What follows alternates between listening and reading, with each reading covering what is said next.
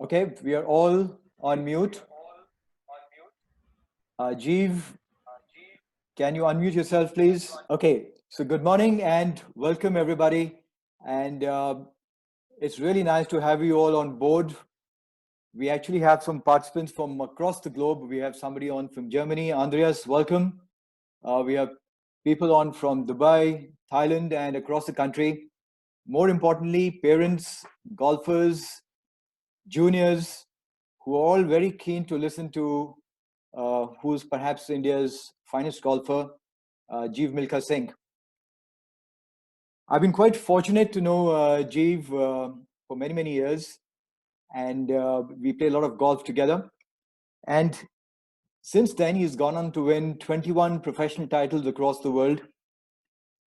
He's received the Arjuna Award, he's received the Padma Shri, and they are perhaps the only family of, I don't know if there are any other families who've got two Padma Shris in the same family. From a passionate, volatile youngster to the statesman of Indian golf that he has become. Jeev, welcome. Are you on? Hear me, Diggy? Yes, absolutely. I just did an introduction to you, Jeev, and lovely to have you on board. Thank you so much for making the time. And we've got a lot of people here looking forward to hearing from you. And I've got lots of requests for recordings as well. So, we're just looking forward to sending this across the world and having them benefit from what you have to say. Okay, should we start? Good morning to all of you. Yes, please do. Okay, Jeev, I've got a full set of questions that I have for you, and then afterwards we'll open up the questions for everybody on the platform. And I want to begin from the early days. Son of the flying Sikh, Mr. Milkha Singh, the wonderful Nirmal Singh, who was herself a very fine sportsperson, both played for India. And interestingly, they didn't want you to become a sportsman. Take us back there and tell us how did it all begin. I think I'm a very and going back to how it all started. My parents, coming from a sporting background, always emphasized a lot on education. They always told me that you need to have a professional degree in hand to be a successful human being, and plus be a fit in the society so that you can conduct yourself well. As a kid, I played all sports, played cricket, football, hockey. Mom and dad obviously encouraged me and all that. And then I was introduced to the game of golf at the age of 9, where my dad started playing, and we lived very close to the golf course. So when I got to the golf course, there were 4 or 5 youngsters of my age, or juniors, if I may say, playing. And because that time it was considered a elderly gentleman's game, so there were not too many youngsters playing. So when I had this company to play with, I really enjoyed myself. So that's how I was introduced to the game of golf. And then after that, I started playing well, and then played well in juniors, went to college in the States, and won the NCAAs. Mom and dad, I had to pick the phone up, and I called them up and said, I want to be a professional golfer. And I still remember my father telling me, son, you don't have anything to fall back on. If you're going to take this plunge, this is it, and you've got to make the most out of it, and hard work and willpower will take you forward. And ever since that, I've enjoyed every bit of it and made the most out of it. But Okay, Jeev, always coming back to your question. Okay, before we get to the professional, I want to get back to you when you were a junior. And at one time, they didn't want you to play. They sent you to boarding school. And then there's a story about, how you went on to win your first junior tournament, the British Aerospace. Just take us back to that time. How did that happen? That was amazing. In fact, I used to play a lot of golf, and I was not paying attention to my studies. So mom and dad said, you know what, this boy, we've got him tuition sport. He's not understanding what we're trying to explain to him. So they said, okay, you know what, we're going to send you to a boarding school. So I went to a boarding school for 2 years. It was Bishop Cotton, Shimla. Amazing school. I really enjoyed my time there. It was tough the first 6 months, but after that, it was really good. Um, Coming from that boarding school, we used to have 3 months off in the winter break, and all the junior tournaments used to take place that time. So I went and played the British Aerospace. That was held in, I think, February, and our holidays started always in November end because it used to get really cold. And when I got back, I started working really hard, hit a lot of golf balls because I never used to play golf for 9 months. And when I came back, I worked really, really hard for like 8 hours a day, got my swing right, and went and played the British Aerospace, and I won the championship. And I was off to the UK for golf lessons and a scholarship sponsored by American Express. So tell me, Jeev, you were in boarding school. What was your handicap that time when you decided to play this tournament? Honestly, it could be anything. I used to play really well when I was sent to a boarding school. But when you don't touch a club for 9 months, you don't know what your handicap's going to be. You're going to be missing a ball. Maybe when I went to the boarding school, it was close to scratch. But when you don't touch a club and don't hit golf balls for 9 months, it could be any number. I think I could be playing to about 8 if I just came straight onto the tee after 9 months. And if I could shoot 9 or 10 over, I would consider myself lucky and happy. But I really worked hard for those 2 months to get it right. So I remember you telling me that when you came back on holidays, you heard about this tournament, you made up your mind to win it, and then you went ahead and you worked hard. How did you work and how did you prepare for this event? Because it was quite a turning point for you as a player. Yes, for sure. It was a turning point for me. Um, I basically set a routine for myself. I said I used to wake up in the morning. I used to run. I used to jog to the lake club, which is about a mile and a half away from my house. I used to uh, do some weight training there. After that, I used to jog back, come back, have my breakfast, and get to the golf course by about 9:30, 10. I used to hit balls till lunchtime, come home for lunch for about an hour and a half, get back to the golf course, and I used to chip balls and play till sunset. And I did that regularly for 2 months. I didn't take a break, and I just wanted to make sure that I got that right. Maybe I was hitting close to 400 balls a day to 500 balls a day, and I kept hitting them. And I used to put a bag at different yardages, and I used to tell myself that till the time with each club I did not hit the bag once, I'm not going to move on to the next club. So that's the way I trained myself for those 2 months. And when I got to the British Aerospace, my homework was done, so it was quite easy for me to go out there and get the job done. But tell me, what made you think, 9 months of no golf, that you can go out there and beat the best juniors in the country and win it? What was the thinking? I mean, what gave you the belief that you could do it? Honestly, Diggy, when you love something so much, you are excited about waking up in the morning. You're excited about getting to that place and getting it done. And my desire and love for the game was so much that I just thought about playing golf at its best. And that's what pushed me. And till the time you don't have that, it's going to be tough to get a young kid out of his bed in the morning. He's got to think, dream, feel, have that desire to do the best he can in what he loves. And I think that's what pushed me so much. I loved it so much. I loved this game so much that I said, I want to do it. And I want to do it in the best way possible. So, at what stage in your life did you make up your mind that you're going to make golf a career? I mean, the junior program, junior tournament you won, you went for coaching abroad. and after that, you went to study and do other things on the college circuit. But at what stage did you know that this is what I want to do? Um, when I won the NCAA's in the US, Division Two, that was in 1993, I picked up the phone and I said, Dad, I won the biggest national championship of the US in Division Two. I said, Dad, I want to be a professional golfer. I was All American first team.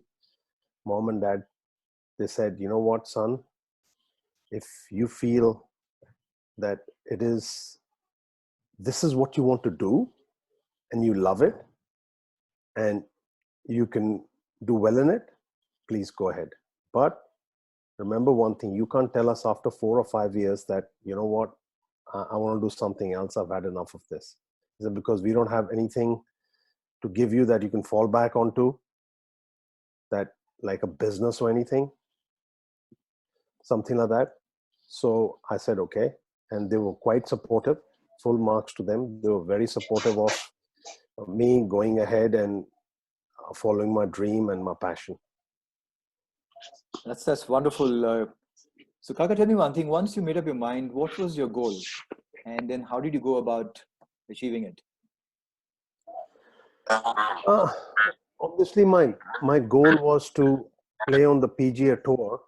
I was in college in the States. I tried the PGA Tour qualifying in 1993. I didn't make it. Won a few small tournaments in different states in the US. Then after that, in in July, I came back to India in '93. I turned pro in May, and July '93, I came back and learned about a tour in Malaysia called the TDC Tour. And they said, why don't you go play out there? So I basically started from some small tournaments in Texas and other states. I won a few also, but I didn't make it on the PGA Tour. Then I came back and I started from scratch, basically. Started playing in Malaysia, won a few tournaments, and I think it couldn't be a better start to my professional career. I played 4 tournaments on the TDC Tour. I won 2 and I finished second in 2. And I thought it couldn't be easier than this, till I realized after 3 months that it's one of the toughest games in the world. But it was a great start. I shot 50 under par for 4 weeks. And after that, got onto the Asian Tour, then set goals for myself to get better, set standards. If I'm achieving something, I want to get better. I don't want to get complacent. And, I think it's very important for an athlete to be positive and to believe in himself. And I think I worked quite hard on my mental side. 3 things I want to say to everybody. I worked quite hard on 3 things. One was, obviously, you've got to work hard, training and doing a bit what your sport requires you to. Second thing, which was very important, was I worked on my mind. I think the most powerful and the most important muscle in a human body is your brain. And I worked quite hard on it. And I think if, as human beings, if we can give 10 minutes of our time in a day to work on it, I think you'll be a very successful human being in whatever you want to do. That was the second thing. And the third thing was that with working on my mind, I started believing a lot more in what I was doing and what I wanted to achieve. That way, I set goals. I was clear in thinking that, you know what, this is what I want to do. This is where I want to get to. So you set goals for yourself. Like if I get onto the Asian Tour, okay, I've proven myself here. I want to get onto the European Tour. I've proven myself. I want to get onto the PGA Tour. I want to win majors. You want to set high standards for yourself. You don't want to be setting standards which are easily achieved. You want to set standards which you feel that, oh, it's going to be a surprise and it's going to be an excitement. You want to set high standards for yourself. And it's very important. People say that, I should do this. No, I must do this. It's very important. Should and must. A lot of people say I should go to the gym. No, I must go to the gym. I must hit 100 balls. I must hold 10 putts in a row. You've got to change those shoulds into musts. And that's when you become an achiever in life, in whatever you want in life. Very So I nice, think it's Jeev. very important. Very nice. Excellent. But tell me, the shoulds becoming musts, it all began with a goal that you had, and you were maybe amongst the first few to start talking about that you're going to win a major one day. Such bold thinking coming from a town in India, did it have something to do with the Milkha Singh factor? Just thinking beyond aiming to be the best in the world. Was there any influence from the dad on that front? For sure. I think my dad played a big role in this. He always told me that if you want to play anything or if you want to play this game, you want to be the best in the world and you play to win. You don't play for seconds. And he always told me that hard work and dedication is going to get you to that place. And if you keep doing that, you will achieve it. And that's what I did. And I think I'm thankful that my father gave me the right guidance, right values, right discipline to get where I had a lot of ups and downs with my father because he was always strict and always telling me that, hey, you know what? This is what you need to do. You can't miss even a single day. And I used to always have arguments, Dad, every golfer takes a day off. And, but, in the end, now I realize it all paid off and it was worth it. Wonderful. Kaka, we're going to change tracks a little bit. We're going to come down to the golf swing. And we will then go to the mind once again. But before that, coming to the golf swing, when it comes to your swing, it is unorthodox to say the least. And how did you build such a golf swing? It's basically a homemade swing coming from Chandigarh. That time we didn't have too much. Okay, we had 2-3 coaches that time, but I went to those coaches and I said, I want to, what should I do? And they said, you need to change the whole thing. I said, it's not possible. It's changing the whole thing. It's not going to work for me. I said, basically worked on my basics. And I said, whatever works for me, I'm going to make the most out of it. And I just started swinging the club and just worked on making sure that the club comes back square to the ball every single time. And at the back, even if it's laid off, at least my wrist angle is fine. And I kept hitting balls and balls and balls to make sure that the club head comes back square. The way I've addressed it comes back square to the ball so that I can make sure the ball flies in line of the target. So it's end of the day, again, belief system. I believed in what I had, and I'm still trying to make the most out of it. That's a great lesson for everybody who's listening to you right now, Kaka, that you worked with what you had and then took it to a new level altogether. But tell me, just talking about the swing a little bit more, what are your key thoughts when you're swinging the club? I mean, you've already given a small indication earlier, but just getting a little deeper into it. My key, I have 3 thoughts in my mind when I start my swing. One is I still myself for about 2 to 3 seconds before I start my backswing. I'll give you reasons for this also. That is one. Second key thought is good rhythm. Third is stay with the ball and finish onto the left so that you're clearing and firing through. So coming back to the first point I said was 2 seconds or 3 seconds before I start my backswing. Why do I do that? The reason for that is I'm stilling myself. So the example I give people is like, if you've got a gun in your hand and you're taking aim at a target, if you keep moving it And like I notice a lot of players, they're moving on the ball. They're not still. You got to be still for 2 to 3 seconds before you start your backswing, because what happens is everything starts in a sync then. Otherwise, it's like basically you've got a gun in your hand and you're trying to shoot a balloon, and you're still moving just for 3 seconds before you pull the trigger.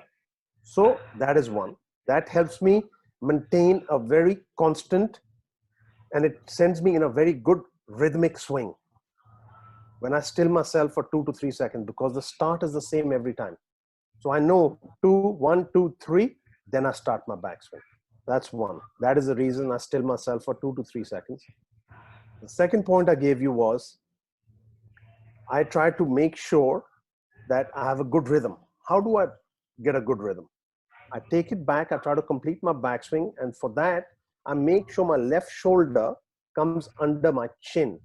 My head stays still, and my left shoulder comes under my chin. When my left shoulder, when it's taken a full turn, touches my chin, that means, hey boy, it's time for you to come back to the ball.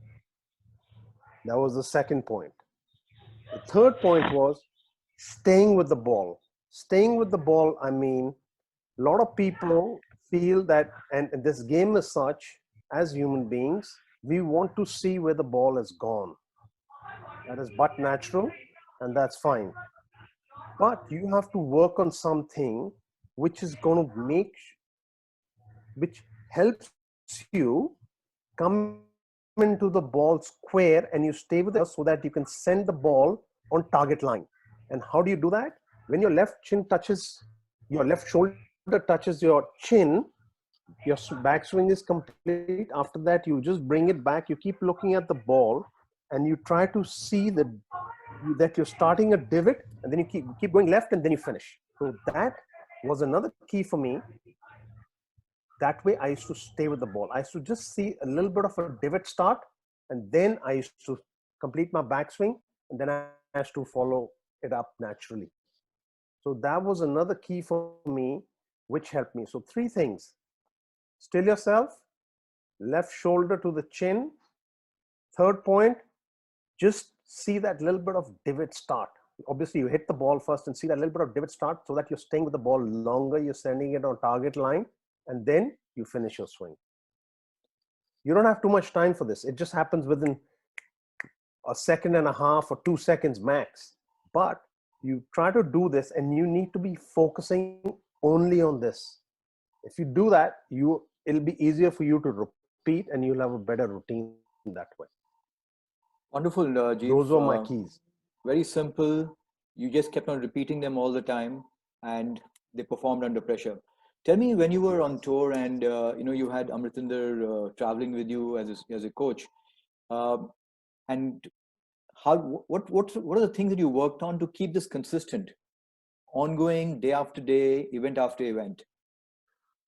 See, Amritinder and me, he's been helping me for years now, and I think he has a lot of knowledge also, and he knows my swing because we grew up playing golf together. Basically, now we just work on exactly the same thing, what I've just told you. He just keeps repeating the same thing. He says, "Gee, we've got to do this." What happens on tour is that you get eager. Obviously, you hit one or two shots which are not on target line, and then suddenly you're saying, "Oh my God, something's wrong." You start tweaking. No, you don't need to do that. You need to go back to your basics, what you trust, what you've done for years, and you've hit thousands of golf balls doing that. And you know that if I go back to that and I focus on that only instead of focusing on left or right, I will get it right to get that ball going straight on target line. So that's what we were working on. We were basically just working on making sure that we went back to our basics, what has got us here, and we've got to trust it. That's great. That's a great. You understand what I mean? Basically, so many golf balls. It's not by luck that I'm here. It's by sheer hard work and that trust I've had in my swing that's got me to this level to play golf. So why get away from it? I need to go back to it. I'm forgetting what my basics are. So always go back to your basics. What have made you hit good golf shots? What have made you get to this place? And you will get it right. Well, that's a great lesson right there, Jeev, to, trust yourself, to stay with simple things. And that's what helped you perform under pressure all the time. In fact, just before I go to the next question, I have a query based on some of the things that we've been seeing here, that a lot of the juniors today we see in India, they believe that the golf swing is the be all and the end all to their improvement as a golfer. And they spend a lot of time hitting balls, but they believe that's the only thing. I mean, what are your thoughts on that? What else is there to it to becoming a champion? Uh, Obviously, a good sound golf swing obviously helps for sure. But I'm a firm believer that anything you do in life, could be golf, could be any profession. If you don't believe in what you're doing, you're not going to get to the next level. Okay, a golf swing is good, but under pressure, if you want it to work, how are you going to make it work? You're going to make it work only if you believe in it. I give a very simple example to a lot of people when I give these talks all over the world. I said, when you walk into a room, if somebody told you just count how many people are wearing red, and they say, oh yeah, a lot of, okay, I want you to count how many people are wearing red. There are about 100 people. So you're focusing only on red. Who's wearing red? You're not focusing on anything else. So in the golf swing, same thing I'm coming back to is if my focus is on, hey, this is the way I swing and I'm going to hit a good golf shot. For those 2 seconds, if I'm just only focusing on that for 2 seconds, I am going to hit a good golf shot. But nobody in the world can do that. Whoever in the world does it, I would say 60% of the time in the tournament week wins that tournament. And I have won tournaments, and I've done a study on myself that if I only focus only in a golf swing or in a putt or in a chip on what I'm supposed to do,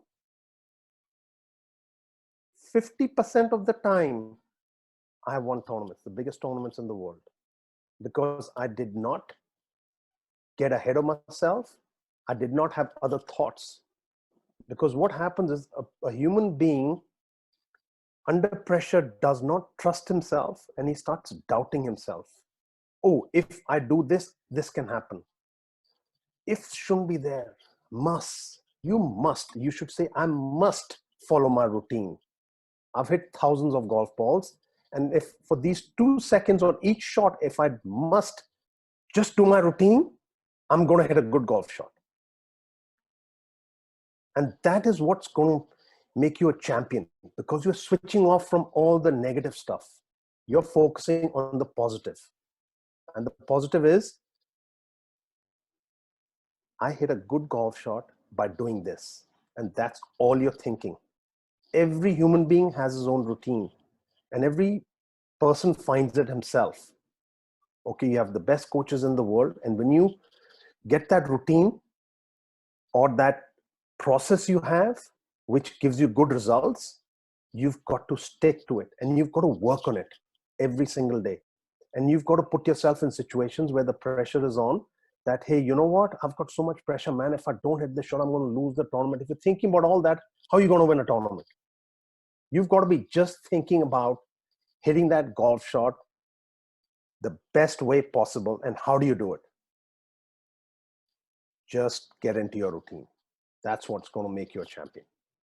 So, Jeev, you've been a big proponent of the word routine, a pre-shot routine.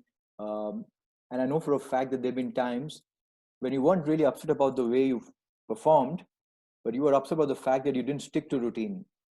Yes. It wasn't about the score, it wasn't about anything else, but the fact that whether you managed to stick to routine or you didn't manage to stick to routine.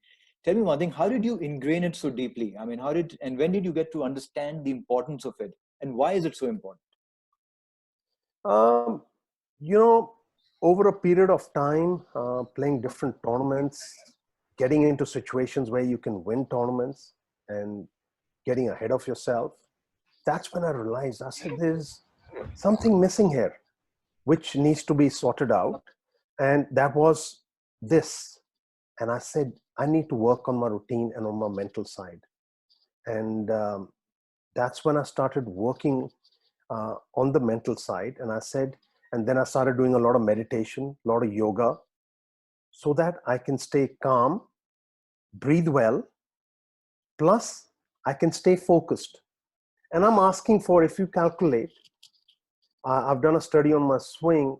In my driver, my swing takes when I'm in the best rhythm, 1.8 seconds for the full swing, 1.8 to 1.9 seconds for my driver swing.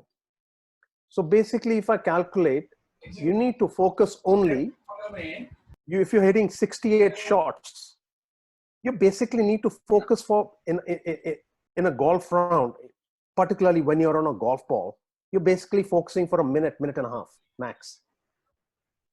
So you need that brain to be just thinking about that at that moment. From the start to impact position, that's it. So that's 1.9 seconds for my driver. Obviously, the irons will be less, putting will be less because the swing is not that long.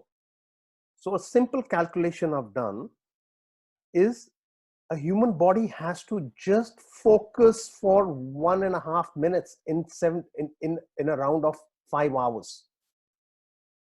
And focus, I mean, you need to be thinking only about that shot, not about anything else. That this is the shot I want to hit. There is a wind coming from left or the wind coming from right. This is where I want to start it. You think about all that, but when you get onto the ball, you come back to your basics, what you've done for years, and you execute it with full belief and authority. Set high standards for yourself. That's when you get close to your goal. Wonderful, Jeev. Tell me, mental strength, and you mentioned about it a little while back, and I just want to ask you a few questions on that now, and we'll just discuss the mind for a few minutes. Tell me, you've been a big proponent of it always. Like you just said, it's all about being at the present, the 1.9 seconds, getting everything of you. There's no future, there's no past, it's just that moment. How did you build your mental strength? How did you build this focus? What was the thing that you were doing to get better at it? I worked quite hard, and like I mentioned earlier also, the most important muscle in a human body is the brain. And I just want a human being to work on it for 10 to 15 minutes a day. And you will see the difference. And that's what I did. I took out 5 minutes or 7 minutes in the morning when I woke up, and 7 minutes to 5 minutes before I went to sleep. I used to listen to positive cassettes, affirmations, talks by top people in the world, read my favorite book, which was introduced to me by you, Diggy, thanks to you, The Power of the Subconscious Mind by Joseph Murphy. Fantastic book, really helped. It was like a Bible to me. I used to read it in the morning and evening. If you do that, your subconscious is taking so much in. First thing in the morning, you've rested enough, you've woken up, you're fresh, you start your day in a positive manner. You're listening to something nice, positive. It's giving you a belief that it's going to be a great day, and whatever you're going to do is going to be excellent. That's one. Second thing, in the evening, the day is over, maybe a few things haven't gone right, but you correct it by listening to the positive before going to sleep. So you're sleeping with a positive mind.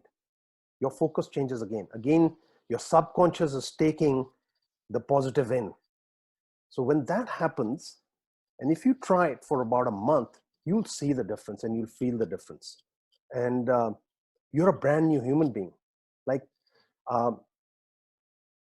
I w- after doing so much of study, and I still keep working on my mind, um, I've I've done a study where I've got back pain while I'm playing, and so now I don't want the body to tell my brain that there is pain. My brain should be giving the orders to the body. So I change it. I say, okay, brain send signals to my back. I'm fit and I'm fine. I have no pain. So what I'm trying to say is, don't let the body tell the mind what to do. The most important thing is got to be the other way around. The mind should tell the body what to do. Excellent. Very, And very. that's when everything changes for a human being. Like when people are not feeling well, they're under the weather, they'll say, oh man, my back is breaking up, man. No, the brain's got to tell the human body, the body we have, everything is fine with me. I'm going to be fine. Keep repeating that. I'm going to be fine within 24 hours. I'm going to beat it. I'm going to be fine. I'm going to be fine. You got to keep repeating it and you'll see the difference. You'll be fine in 24 hours. That's It's a amazing how fantastic. powerful the mind is. That's fantastic. And I'm glad you're saying this, Kaka, because the kids who are listening to it will get the sense of the power behind what you're saying. In fact, before I ask you the next question, Yeah. tell them about the homework you used to do every night. You used to write in that book, Yeah. and just now Uttam mentioned it in the press conference when we had your tournament. Tell us a Yeah. little bit more about it, and how did you start that exercise? I was in college in the States and it was a class called Life Learning Skills. And it was more about teaching you how to face the world when you graduate. And you've got to stay positive and you've got to believe in yourself. And one of my teachers, and I spoke to him after the class finished, and I said, I'm positive, but how do I uh, tell my mind and make it register in my subconscious mind? He says, Jeev, every human being is different. Some people see it, they visualize it, but some people like to write it down. He says, I would like you to write every day before you go to sleep 10 times something which is going to give you a lot of confidence. So I got a sentence in my mind, and after that, every night before I went to sleep, I wrote it. I was born to win 10 times. I used to have a diary, and with every date, 1st of Jan, I was born to win 10 times. I was born to win 10 times on the 2nd. I used to write it every single day, and I did it for years, and it worked. And then also, he said another thing, and this is very important for the kids. Whatever you won, whatever you've done well in or achieved, you should have that right in front of you on the wall. When you wake up in the morning, you see it, you visualize it, you see that dream come true, and that's going to give you confidence. That subconscious is observing that so that your day starts well, and that what you want to achieve also is there. You've achieved something which is there on the wall, and then you have some other goals which you want to achieve is also on the wall, which it reminds you of, and your subconscious takes it in so that you can get up, work on it, and achieve it. Excellent. Great tips. In fact, I don't know if you remember this.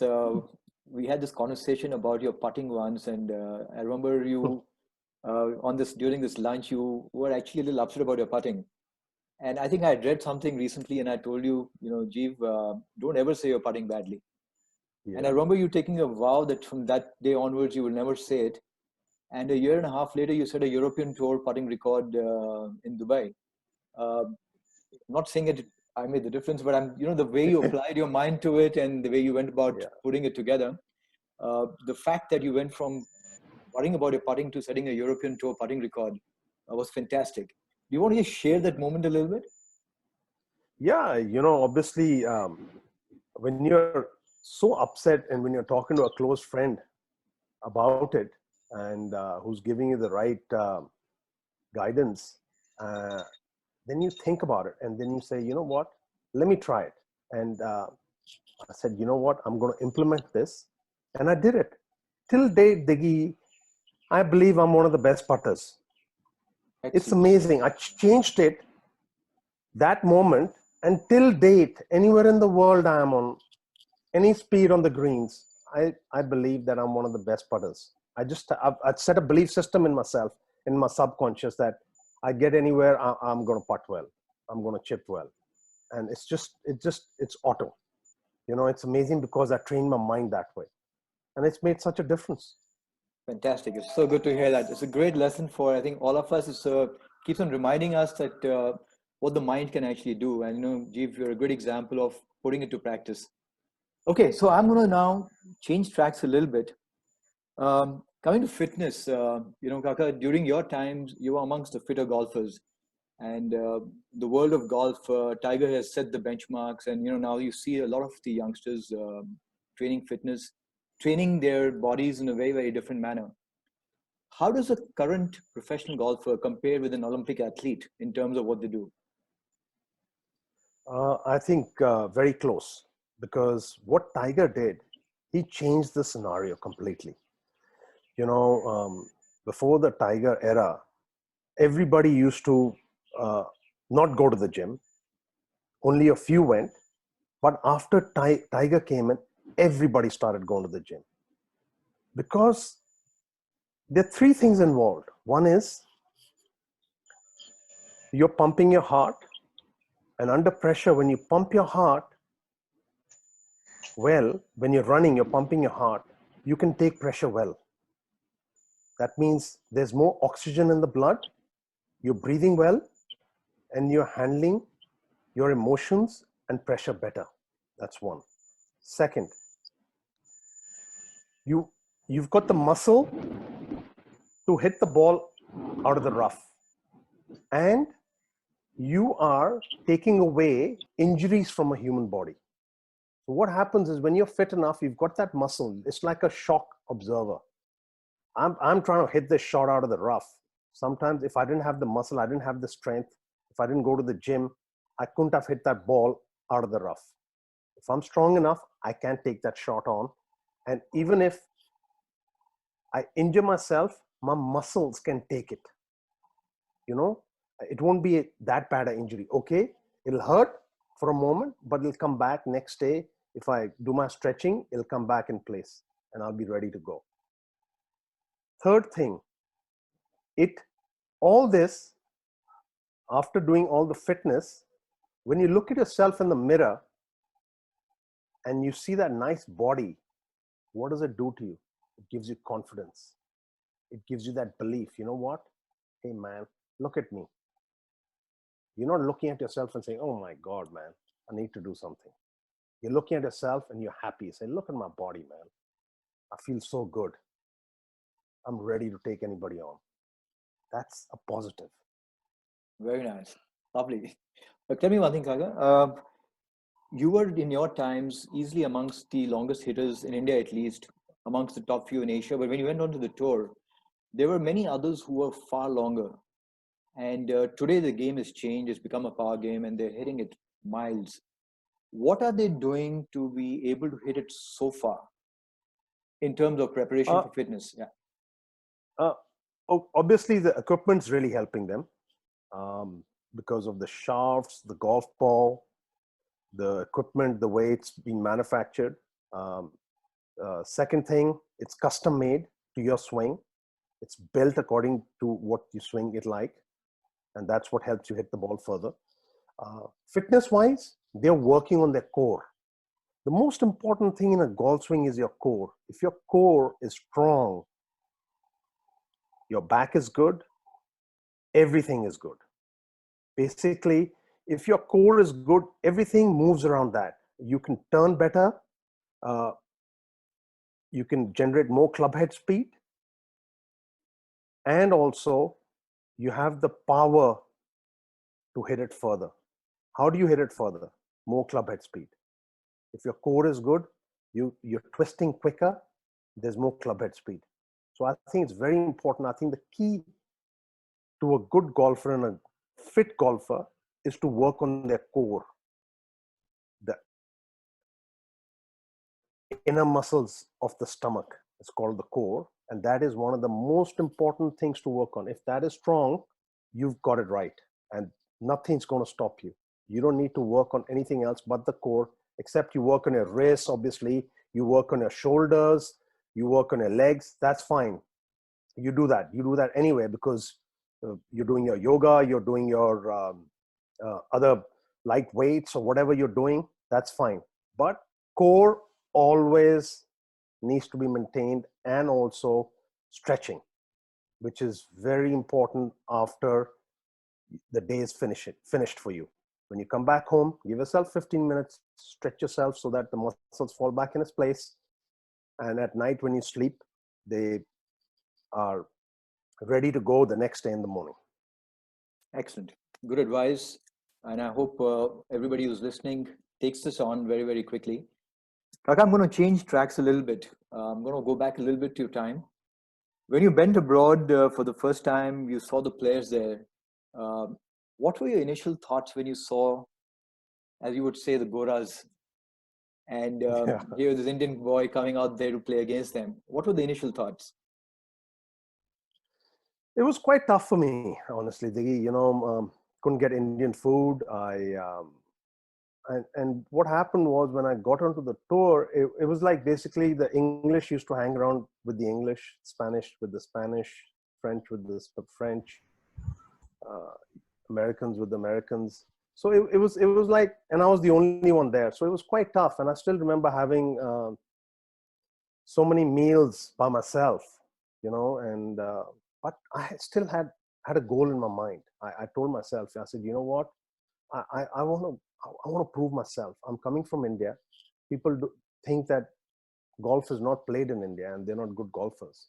So that was basically pushing me in a way that I had to prove myself more to these people that, hey, you know what? I'm going to get it right and I'm going to earn the respect I've come here for. So that was the tough part for me in the starting. And I paid my dues, but I never forgot that what I wanted to achieve, and never got away from my routine and never got away from my mental training. And that's why I got that respect and I earned it and got it right. So, Kaka, when you met these big boys for the first time, players like Tiger and of his kind, and what, according to you, gave them that edge, gave them that ability to be differentiated from the good to becoming excellent, regular winners? And what do you think they were doing as kids to become that good? I feel what they were working on was a process which is giving them belief and focus.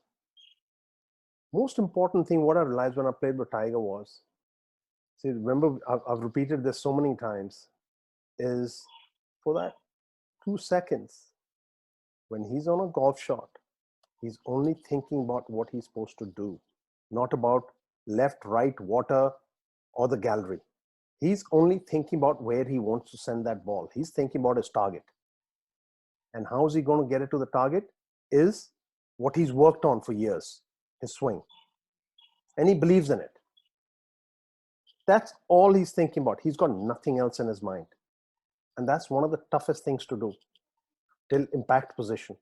You've got to have just that thought, what you want to do. You shouldn't be thinking about anything else. And that was the difference. He did it, and all the good players in the world do it day in, day out. And they do it on an average better than any other player. That's why they're the best in the world. So you've got to learn to focus on what you want and nothing else for that moment. That's good advice right there again.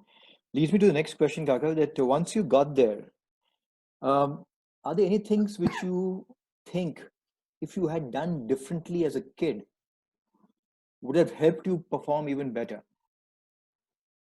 For sure, for sure. If I um, had the knowledge of the internet today, uh, what is out there today, and that time if I had the knowledge, I wouldn't have been injured so many times. I went to the gym uh, not knowing what I needed to work on. Nowadays, it's specific. It's simple example I'll give you. They talk about motor skills, muscles firing at the right time. Like they want young golfers to have sprints of 20 to 30 yards only. You're firing your muscles at the right time. So you fire them for 30 yards, jog back, fire them again, run again, sprint again. So basically what it's doing, it's your body is firing the muscles at the right time. That means you're sprinting, coming back, sprinting, coming back. Whereas I used to go for this wrong run, and then I used to pick up weights for each and every part of my body, legs, arms, shoulders. There's specific weights you need to do for golf if you want to be a professional golfer. So that was one that I could have changed. And if I had more knowledge about working on my mind, I would have done it. Um, Obviously, yoga really helped. I was introduced to yoga early on in my years. And so all this really helped me. But these are the three things I would change if I turn the clock back in my teens. I would like to change this. Okay, great. Again, good input for everybody who's listening. I want to ask you another question. When it comes to scoring under pressure, and you've already spoken about routine, but is there anything else that you did to become better at it? Any practice, anything else you did to become sharper? Um, I always, I remember that once or twice when I was in the hunt and when I looked at the leaderboard, it made me a little nervous. It got me out of my routine. And then I decided, I said, you know what? I'm not going to look at the leaderboard. I'm going to try to birdie every single hole and play my best.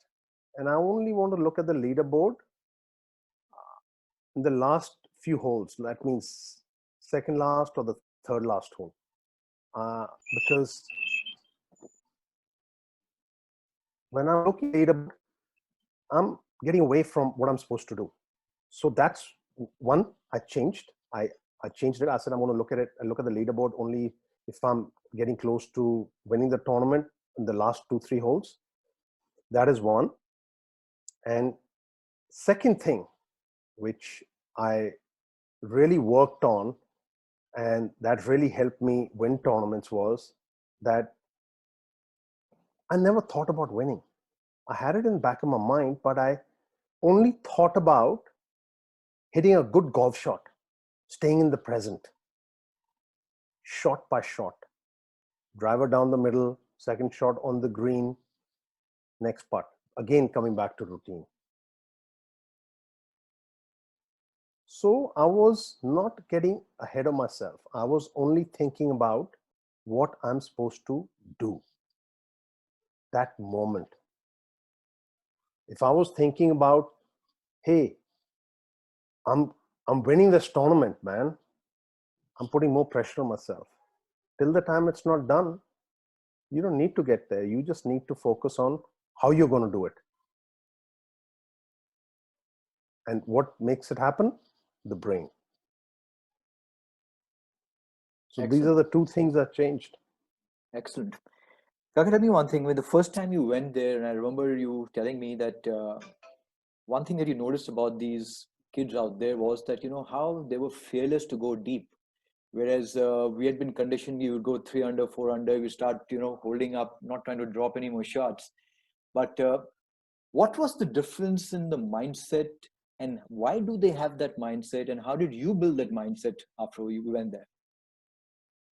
When I went to college in the States, I realized one thing, and I used to read a lot. And there's an amazing quote by Davis Love, the third. He said, "Whenever I stand on the ball, I hit every shot to be holed out. Flag could be anywhere." It made a lot of sense to me. He said, "Why I do that is because if my goal is so high, at least I'll get a little bit closer to it. If I do, I'm hitting the ball close to the hole. Instead of, if you think that I just want to hit the ball on the green, you're never going to hit the ball on the green." So I changed it. I said, you know what? Every shot I hit, even my driver, that tree down the middle of the fairway, I want to hit it right in line with that. That's my hole. Second shot, okay. If I've got a 7-iron in my hand, hold the shot. Hit it in the hole. Don't think about anything else. So you're basically focusing on what you want to do, not about the bunker on the left or water short of the green. If you're thinking about all that, it's not happening. So you're basically, again, coming back to what I've been saying, you're focusing on what you want. So it's a good way. Hey, I want to hit this shot. I want to hold this shot. Every putt I make, I want to hold it, even for 50 feet. At least I have done the execution in a positive manner. Next shot, I will think about when I get to it. While I'm walking, I've got the time to do it. So that was a wonderful thing I learned. And every hole I play, I want to birdie. High standards. You've got to set high standards, high goals for yourself. If you don't have that, then you're not going to be a winner. You're not going to be an achiever in life. So is this and those standards you can set yourself. Nobody can set it for yourself. For you, sorry. You have to set it for yourself. You say, okay, I've set the standard that, hey, I want to be this. And how do I achieve it? Excellent. And is this what the other guys are doing there as well? That's what helps them go deep? Yes. They try to hold every single shot, hit the ball far, make every putt, birdie every single hole. That's the attitude they have. That's the mindset they have. So that's why they're shooting 8 unders, 9 unders, 10 unders. Excuse me.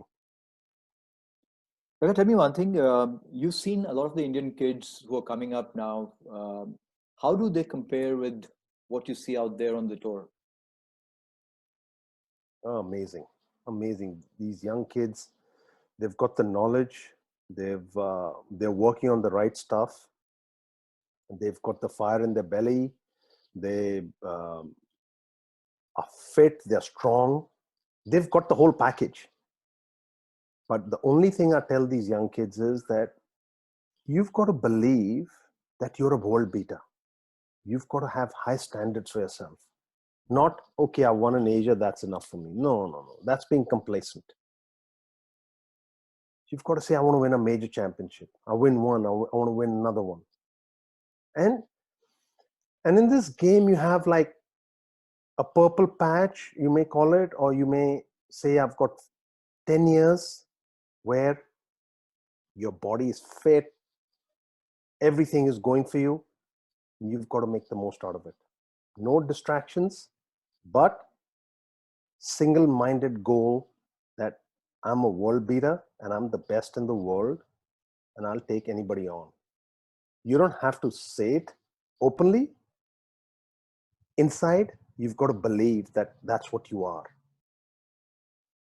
And you've got to walk onto the golf course with that thought process.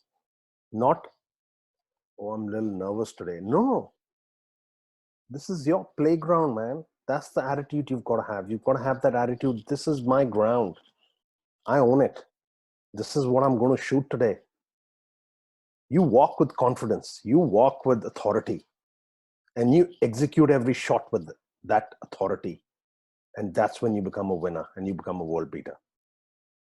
Excellent. And you see the kids today in India are not scared of thinking like that and are actually aspiring to be excellent. Yes. And that's the way it should be. And when they asked me, I said, this is what you need to do.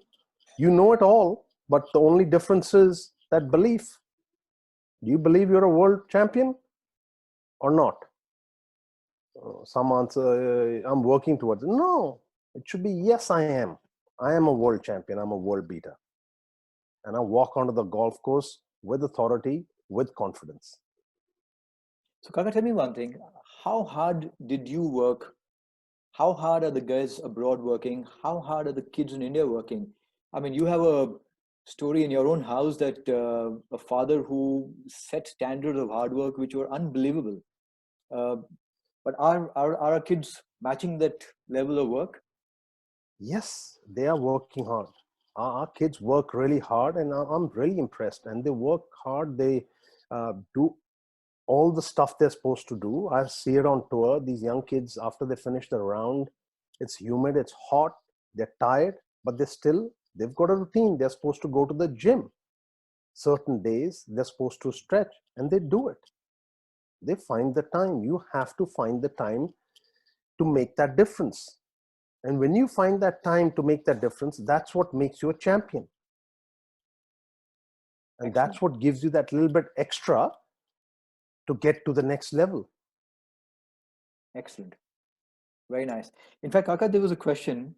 Um, you already answered in many ways in the various things you said so far. Yeah. But what differentiates good from the guys who have become great? Was it just the single mindedness, the ability to focus on every shot, give it your best, shot by shot? How do you maintain that level of focus continuously? That, like I said earlier, you have to work on it. Like I said, the mind is the most powerful muscle in a human body. You have to work on it every single day for years. And for rest of your life, you will be a happy and a successful human being. And how do you do that? Is yoga, you meditate, or you focus on a candle that you switch off, you just looking at something, or you focus on your breathing. There's so many ways of doing it. That for that time, I am only focused on what I'm supposed to do, like my breathing, or look at a candle, or look at a point. There's so many different ways. Okay, And that's the only way. okay. Taka, tell me one thing. You used to do this very crazy game with the caddies in Chandigarh. I happened to see it once when I'd come for a visit to Chandigarh, and mom said he is playing this funny game. Go and watch him. And just I don't want to tell the people who are listening as to what you used to do. I wanted to hear it from your mind. What was this game all about? Basically, you know, for a human being, it's very important to push himself. And whenever I used to come back home from tour life, I used to take a break for 3-4 days, and after that, I used to start preparing again. You know, what happens in a human being is that you become complacent, you become lazy. Um, Sometimes you don't want to practice, you want to just take it easy. That's fine. You take your break for 2-3 days, but you've got to go back to your routine and plus what you're supposed to do. So I started a game. I used to play 7 holes in the evening. There were 2 par 5s and 2 par 3s in these 7 holes. And I used to tell these guys that I will hit 3 balls on the par 5s of the tee, and out of the 3, I'll eagle 1 ball out of the 3 balls. Then the next 2 holes used to be a single ball. Out of 2, I have to birdie 1 hole. Then, and the par 3s, I used to hit 2 balls, and out of 2 balls, I had to birdie with 1. So it was basically pushing myself to birdie every single hole and shoot under par with every single ball. So there was excitement, there was focus, and that's what kept me going. And I still do it. And they were allowed to disturb you and take heavy They were bets. allowed to, they were allowed to disturb me. They were allowed to do everything, but that's what my focus was. I said, this is what, I'm getting ready. I'm feeling the pressure. I'm feeling the excitement, and I'm getting my focus back. But what I understand is you lost a lot of money every time you did that. But that's fine. I'm giving back to what these guys have done for me. Honestly, every single one of them has worked on my bag as a kid, and they've helped me in every single way to get where I am today. So if I'm giving it back to them in a way, it's fine. It's good. Wonderful. That's really good to hear. Kaka, coming to one or two random questions now. Uh, just to put a small fine tune on this, just in the mindset of a player, just the word discipline, how important is that? Very important. It is the word. It is the most important word. Like I said, what is routine? It's discipline. What is controlling the mind? Discipline. Having a routine every day. I wake up at a certain time. I do this, I do that. It's discipline. Every human body is trained that way. And it's very important. And I think it's very uh, good also, and interesting. If you don't have a routine, you're a bored human being. You feel, what are you doing? It's tough for me. How do I pass my time?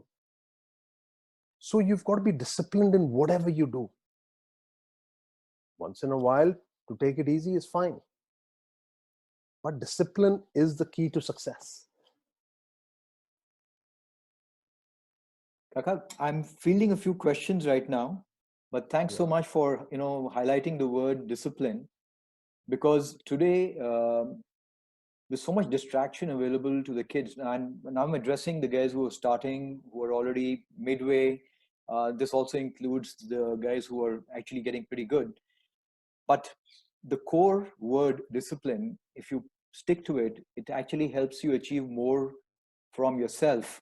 And I think that's something which you brought out beautifully in this entire conversation so far. So just getting to a question.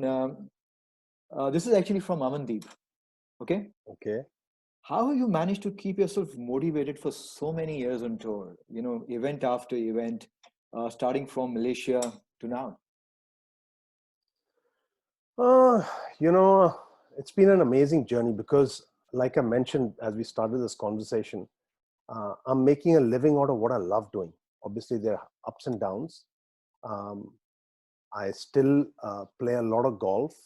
Uh, One is that I play 7 holes with these guys to keep me going. And now I've got something to look forward to. I'm going to be on the senior tour. I'm going to be like a little kid who turned pro at the age of 21. So I'm looking forward to that. I'm motivated. I'm looking forward that, hey, you know what? That's my retirement. That's my pension fund. I need to work hard on it and enjoy and make the most out of it. So I'm going to be 50 next year. So I'm looking forward to that. So that's what And keeps me going.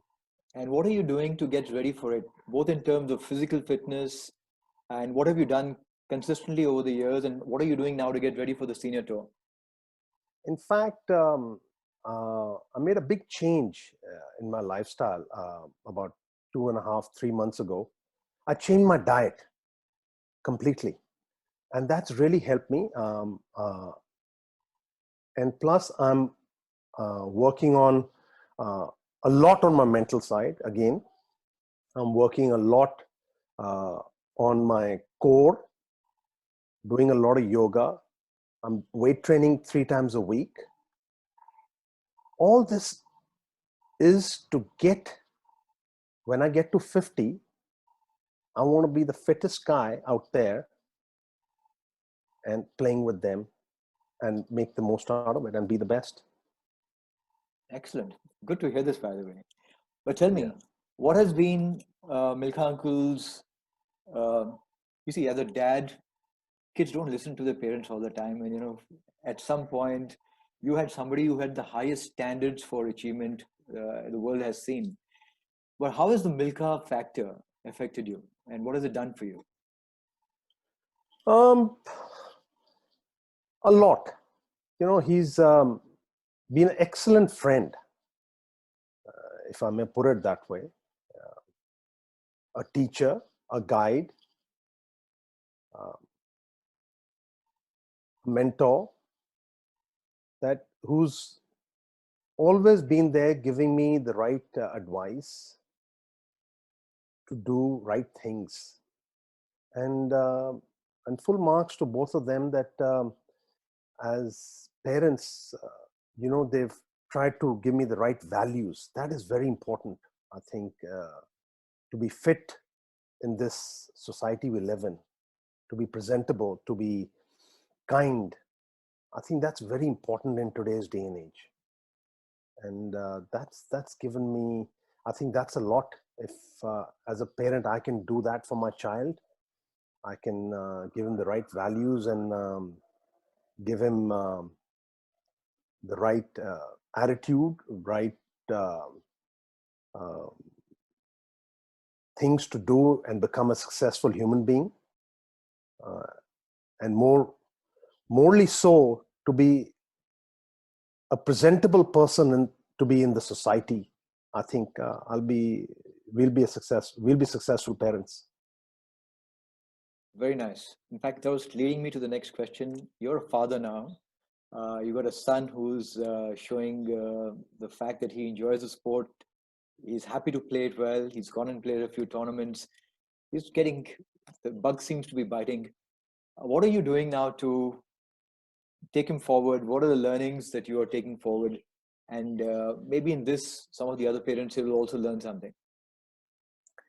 Uh, Jay is 10 years old now, and I want him to be a child, what a child is supposed to do.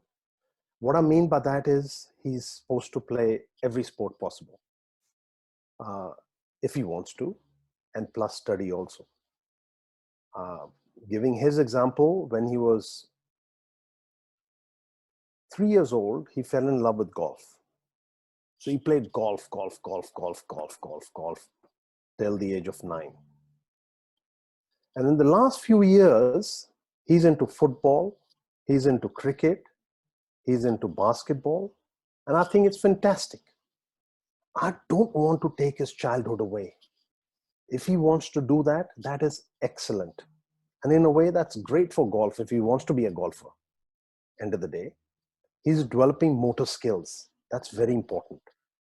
He's getting that competitiveness in himself, to be a survivor, to be a fighter, to fend for himself out there in the world. That is one. Another thing, what I like and I'm doing is there's a lot of emphasis on education. I think that is very important. Tomorrow, if he doesn't become a good athlete, he's got to have something to fall back on. So education and sport go hand in hand. You have to have a professional degree or something to fall back on. Tomorrow you get injured after 2 years of your professional career, 3 years, what do you fall back on? At least you've got a degree to fall back on where you can go get a job.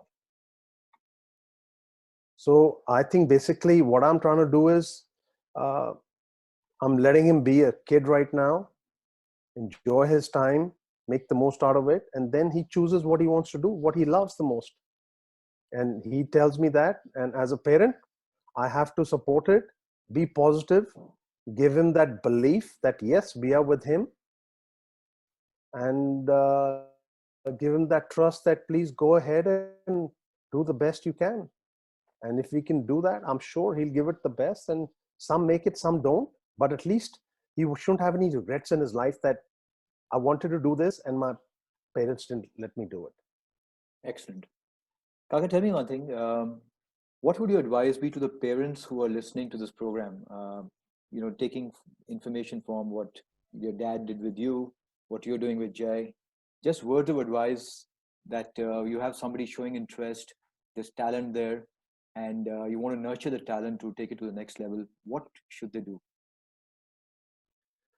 I think it all starts from the house. I think three things which I realized. One is to have a very good relationship with your children. That's what my father had with me. Give them that confidence to have the trust in you that they can come and say anything they want and open up to you. They don't need to lie about anything. Third thing is whatever they want to do, be supportive, be positive, and try to do the best you can for them. And by doing this, what you're doing is basically you're building their confidence. They shouldn't be shy of anything. They can come and say whatever they want to you. They can go out there, and when you build their confidence, he's a confident human being. He will always succeed in whatever he wants to do in life. He's going to go out there and say, you know what, I'm going to get this right. Could be a professional degree, could be whatever he wants in life. Because in his subconscious, he's already got that from his childhood that, you know what, I've got a strong team with me. My parents, my sisters, my brothers were there standing by me, and they believe in me. And I'm going to do it. Very nice. Very well said. And I think that's pretty visible in your family. Sisters fighting the battle of COVID in New York, and everybody else is doing their own fantastic roles to support the entire family. So well done. Kaka, now Thank you. I'm gonna now just jump tracks a little bit. I'm gonna field a few questions from various sources. They're coming on the screen as well. They're a little random, but it might Yeah. be a touch repetitive. But tell me one thing: what specific mind exercises did you do to build yourself and make it powerful? Um, like I said, I'm repeating myself again. Yeah. Brain is a muscle. So if you keep repeating the same thing to the brain, it's going to take it in a subconscious and it's going to register it. So every day when you wake up and you tell yourself, you know what, it's going to be a fantastic day. This is going to happen for me. Or like I used to tell myself every day when I used to wake up in the morning, I'm the best in the world, and I'm just going to stick to this. I looked at myself in the mirror when I'm having a shower. I say, you know what, this is what I want to do. I'm talking to myself, looking at the mirror, that I'm the best in the world. That's a positive feedback. You're looking at yourself, you're feeling happy, you're feeling good. So basically, you're working on the most important muscle in a human body, which controls everything. And if that is on the positive side and is thinking well, I think nothing's going to stop you. Fantastic. That's great advice right there for everybody who's listening. Kaka, there's one here. Do you think going to the States to play college golf gives a junior golfer a better chance in turning pro compared to staying in India? When I went to the US, yes, it was. But the way things have changed now, with the knowledge you have on the internet, for sure, it's your decision. If you get into a good college and you can play on the team means there are 11 players. Like there are 11 players on the team, and only top 5 play, and they have qualifications every week before you go out for a tournament. If you're playing 18 tournaments a year for your team, or 20 tournaments a year, every week before the tournament or 2 days before the tournament, when you're going to fly out, the coach will say, okay, 11 if you go, top 5 scores, make the team. That's the way it works. I think it's a very good format. So you got to be ready all the time. He can call the qualification anytime he wants to. Plus, you're ready to go and your game needs to be sharp. So I think, to answer this question, I think it's fantastic. It's great. It's better. But if he feels that he's good enough to turn pro and take the world on at the age of 18, great for him, but he should realize one thing, that he needs an education to fall back on. If he can get the education here by staying at home and doing it at home and then playing on tour, that's fine too. But he's got nothing to fall back on. He's got the only thing he's got to do is he's got to be a top golfer in the world. So bottom line would be that, hey, it really helped me for sure. And if he wants to go to the US and if he plays on the team is of 11 to 12 players, but he needs to be on the team. Team means the top 5 players. If he can make that team, great. That'll really help him. okay. That'll be a great move. So you got to make sure you're good enough to get there and do well. Otherwise, you're not playing and getting the actual benefit. Yes, you're just basically a top 12 player. You could be the 12th player, but you're not playing any tournaments. You're just playing amongst your teammates. Okay. If you're not playing with all the other players who are the top juniors or the top amateurs that time, then you don't know what you're working on. Okay. Kaka, there's a question. When you went to the Masters, what was that experience like? This is the Masters week, it would have been. And any story, any anecdote you remember about the Masters, give a flavor of what it's all about to the Indian audience there. What a memory you had. I'll start from my childhood. When I used to be playing in the Chandigarh Golf Club, I still remember after a month, there used to be video cassettes, they used to come after the Masters had finished. So basically first week of May. So there used to be a few people who used to have that video cassette. And I used to beg them. I said, please. He says, no, your turn will come after 3 or 4 days. It's just come into town. And I used to watch the Masters, the video cassette. And I used to be excited, and especially the Amen corner. It was fantastic.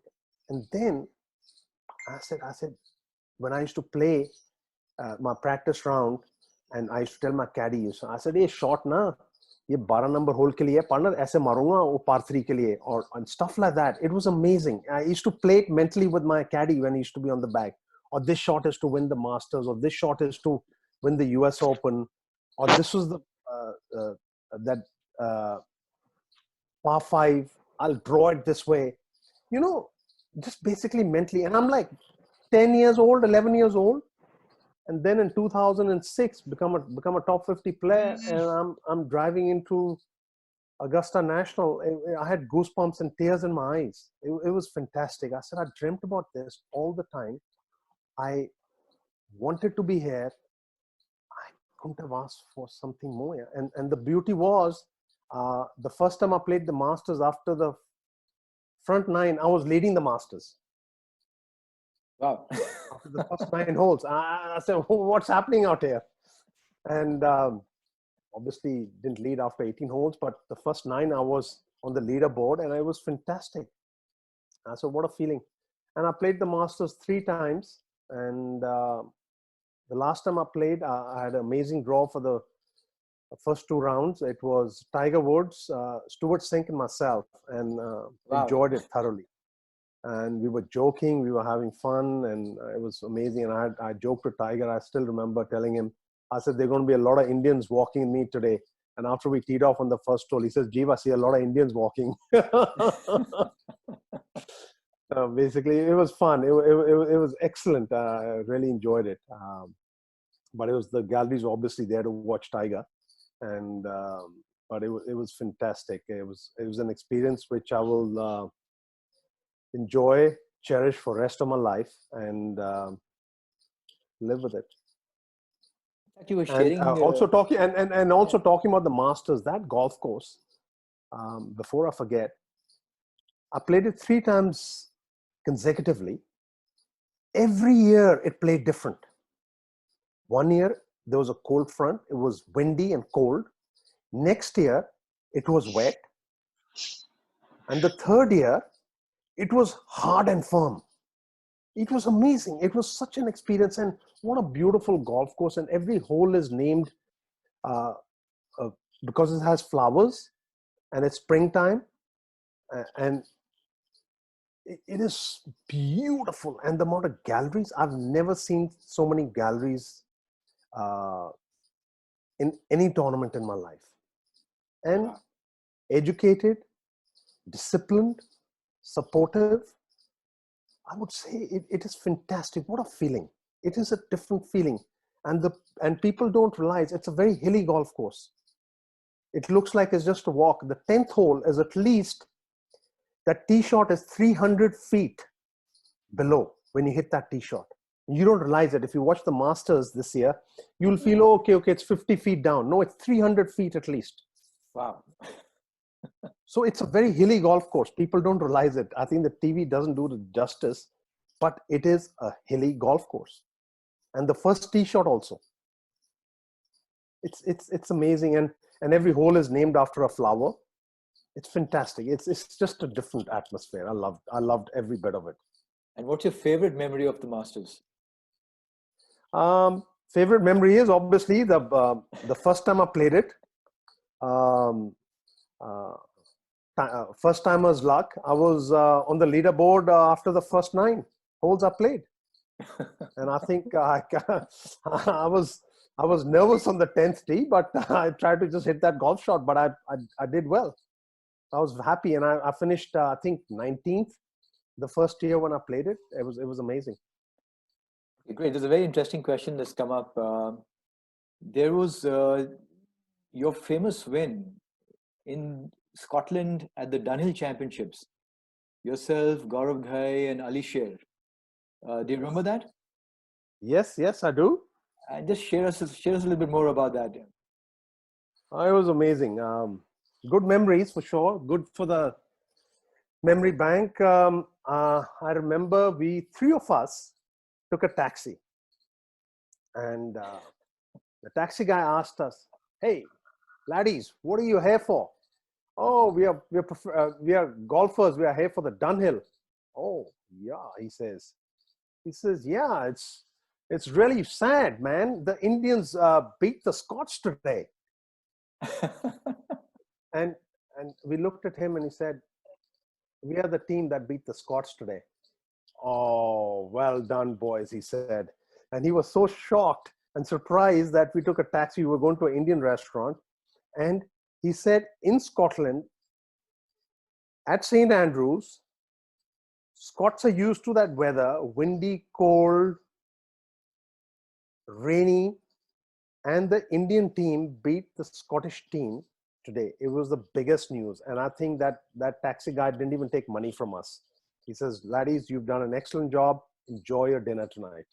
Wow, that's beautiful. But tell me, Yeah. what was it like to play that event? I mean, because you had to beat, I think the match play, 3 round, 3 people playing, and Three people playing, and 2 had to win, obviously, to beat the team. Um, I don't remember who won. I think Gaurav won his match, and I won, or I lost, and Alisher won. Alisher. We were 3 of us: Gaurav Ghai, Alisher, myself. That's going back years ago. But the only thing we remember is that it was freezing cold. I remember after we used to tee off. This was 94 or 95. I don't even remember. It's a long time back.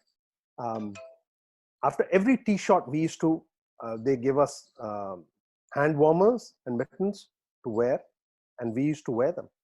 And then obviously coming from India, didn't know that all of us are used to, mere haathon mein feel honi chahiye, and you're not feeling anything, and you are hitting those shots and still beating one of the best teams. I think it was an achievement. great, congratulations. Kaka, there's another one here just now that there must have been times where you came up playing against a player. Did you ever feel intimidated by any player at any time? And if so, how did you handle it? Yes, I did, for sure, many a times. But what I did was, before I got onto the tee for 2 minutes, I had my me time. I sat down quietly, went to the toilet or somewhere. 2 minutes. I just told myself, I built on my confidence. I told my brain, today when I go out there, I want to show my worth to this player. He's a top Lovely. player. I'm going to feel nervous. I want to show that I'm a good player, and I'm going to prove it. And I'm going to shoot a good number so that he realizes that he is a world class player. That's what I thought about. And that's the way I took the pressure off myself and the focus that, hey, I'm playing with this top player and I shouldn't make a mistake. No, I said, I'm going to play better than him. I'm going to have a better score. I'm going to shoot under par. That's what I did. And that's how I took that pressure off. Excellent. I think there's a great learning right there for whoever's listening, So the self-talk was something you've been doing for some time, Kaka? Yes, for sure. I still do it on the golf course. And I tell myself that, hey, you know what? This is what you need to focus on. Believe in yourself. You're better than this. You're the best. You are hitting shots to hole out. All that. I keep talking to myself, keep telling myself. Excellent. But that's a constant practice and it makes a difference. It does for sure. Okay. If you look at something bad and you're focusing on that, that's what's going to happen. You focus on the good, good's going to happen.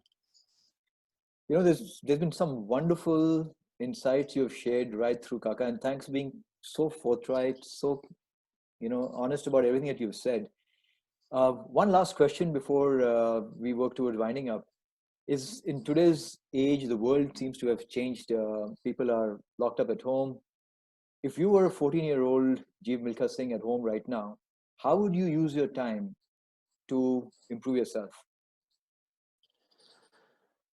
If I was a 14-year-old kid, what I would do, obviously, in the morning, I would have a routine. That's very important. Wake up in the morning at 7:30. Have a shower, have my breakfast, do my yoga. Before breakfast, do my yoga. After that, have a shower, get onto the table, do my studies till 1 o'clock. 10 to 1, online, Zoom, whoever's teaching you, do that. That's very important. Study, get your homework done or assignments done. From 1 o'clock onwards, have your lunch. Spend time with the family. 2:33 onwards, maybe in the house, start playing games. Like if you have a garden, play cricket, play football, play basketball, table tennis, carom. Activity is very important. Very, very important. Do that. Then play with your dogs if you have dogs. After that, in the evening, do some stretching, do some light weights, have a shower, watch some TV. Before you sleep, work on your mind, positive reinforcement. Morning also, I forgot about the morning. Morning also, when you wake up, having a shower, play something positive.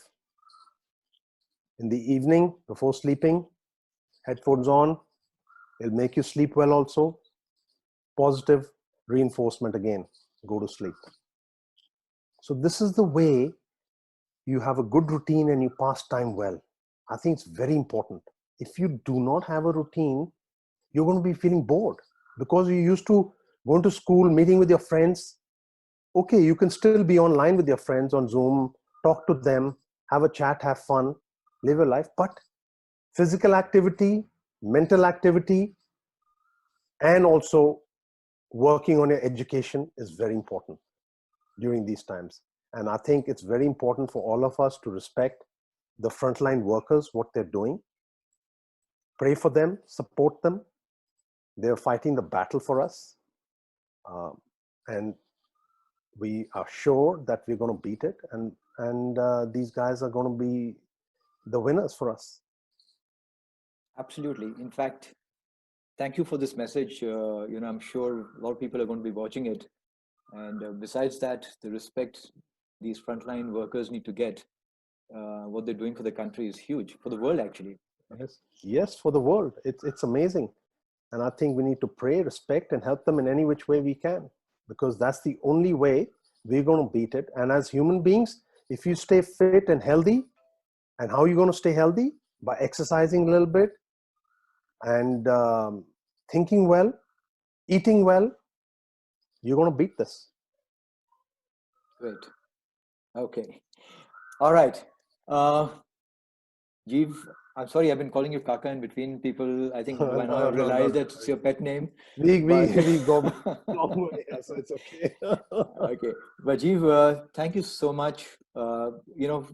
Just by talking to you, a lot of great memories have come back. A lot of new learnings have been there. And I'm sure for everybody else who's listening, which includes parents, juniors, I see some coaches there. I see some people who are, a lot of people who are doing a lot of great work for golf. Uh, Thanks for being forthright. Thanks for coming on board. And I must tell you, I really appreciate the fact that G wasn't comfortable with Zoom, so he's been practicing it last 3 days to make sure we got it right.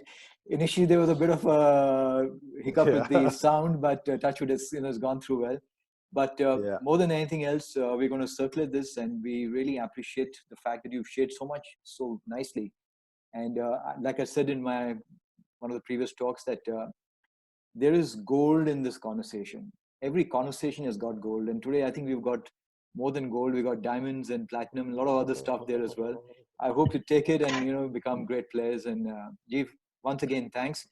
We're also saying please convey their regards to Jeev and to Dad as well. Okay. I will do that. Thank All you, right. and all the best, and stay safe. Thank you. Great. Thanks so much. Thanks everybody for listening and for Thank giving us you. your time. Appreciate your being there. Thank you. Thanks so much. Good to have you all there. Ladies are, you can mail me at digraj@hotmail.com or my colleague Varun at digrajgolf.com in case you don't get it. But it should be quite comfortably available on YouTube and Facebook soon. It was brilliant. Thank You you. were brilliant.